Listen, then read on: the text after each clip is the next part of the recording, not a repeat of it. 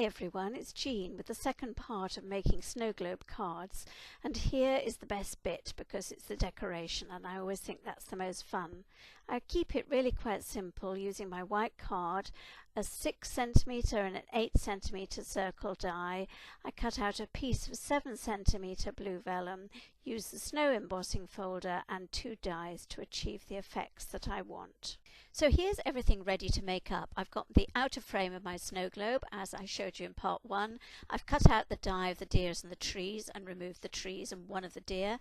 I've cut out the Tim Holtz tree line die and divided it into sections so I can use it in my decoration. I've cut out 3 circles of 8cm and 6cm, and I'll show you why I've cut out 3. I've also cut out a 7cm circle of blue vellum which I've embossed using my snow folder.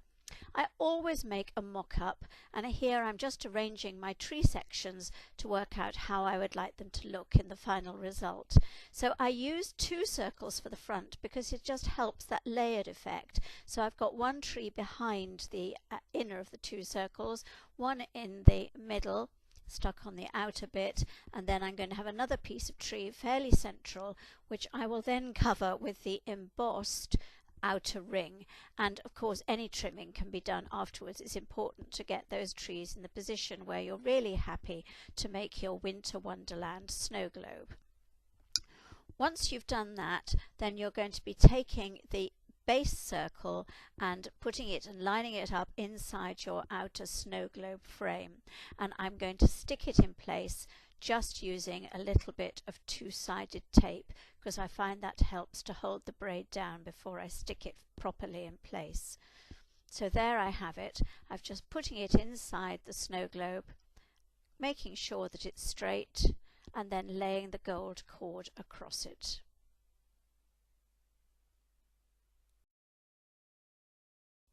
I now need to stick my design in place, so I am taking the back piece tree that of my mock-up design and I'm going to stick it on the underside of the first of the outer circles.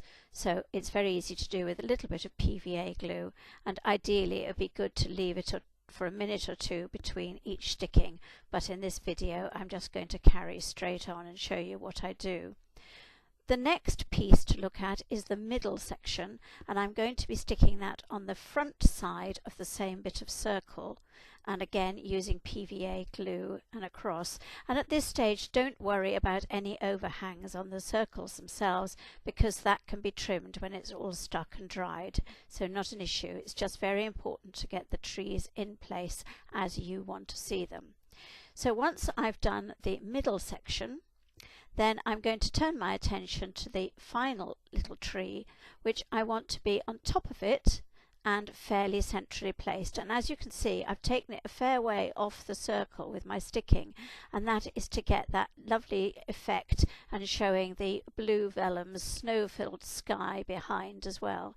So once again, I'm using PVA glue and sticking it in place before leaving it to dry.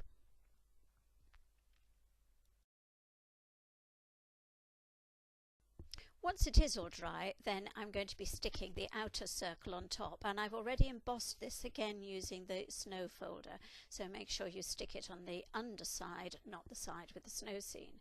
So using some PVA glue, I'm just going around it, and then I'm going to be positioning it on top of my design and covering the excess bits of tree.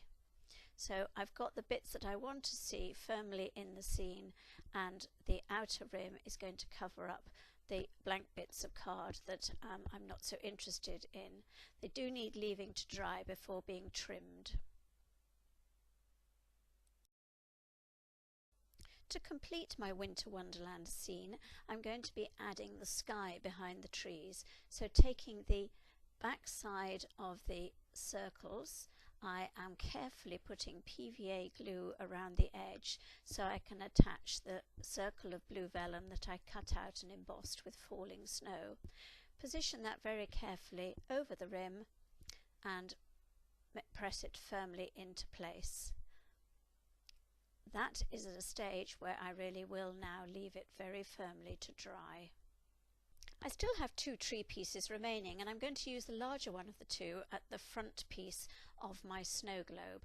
And as you can see, I've got 2 base plate sections there, and I'm going to attach the tree to the front one, which I've also embossed using the falling snow folder.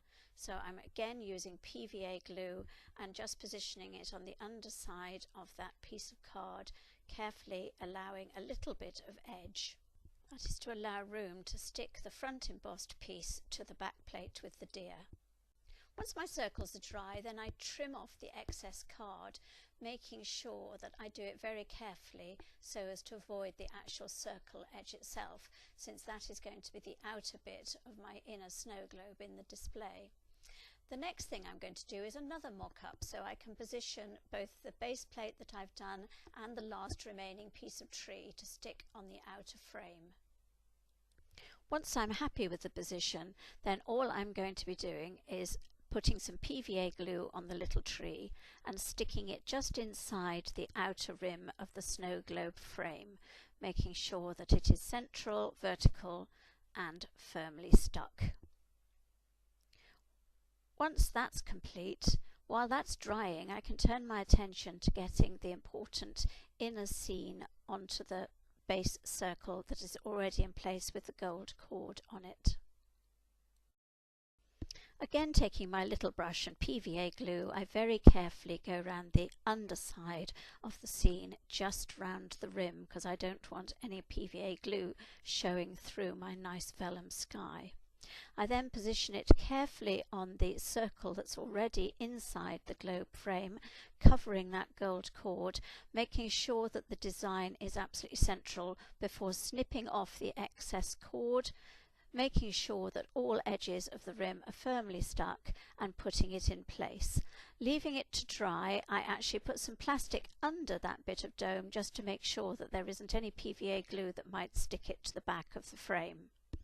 Finally, I turn my attention to the front decoration for the whole globe, and this has my 2 deer which are looking at the trees, and I'm going to add the outer edge that I've already stuck the Christmas tree sections to. I only want it stuck at the edges because again it adds a level of dimension which I want in the card, just having that little gap between the front plate and the plate with the deer on behind. So make sure they are firmly fixed before you want to attach them to the snow globe itself.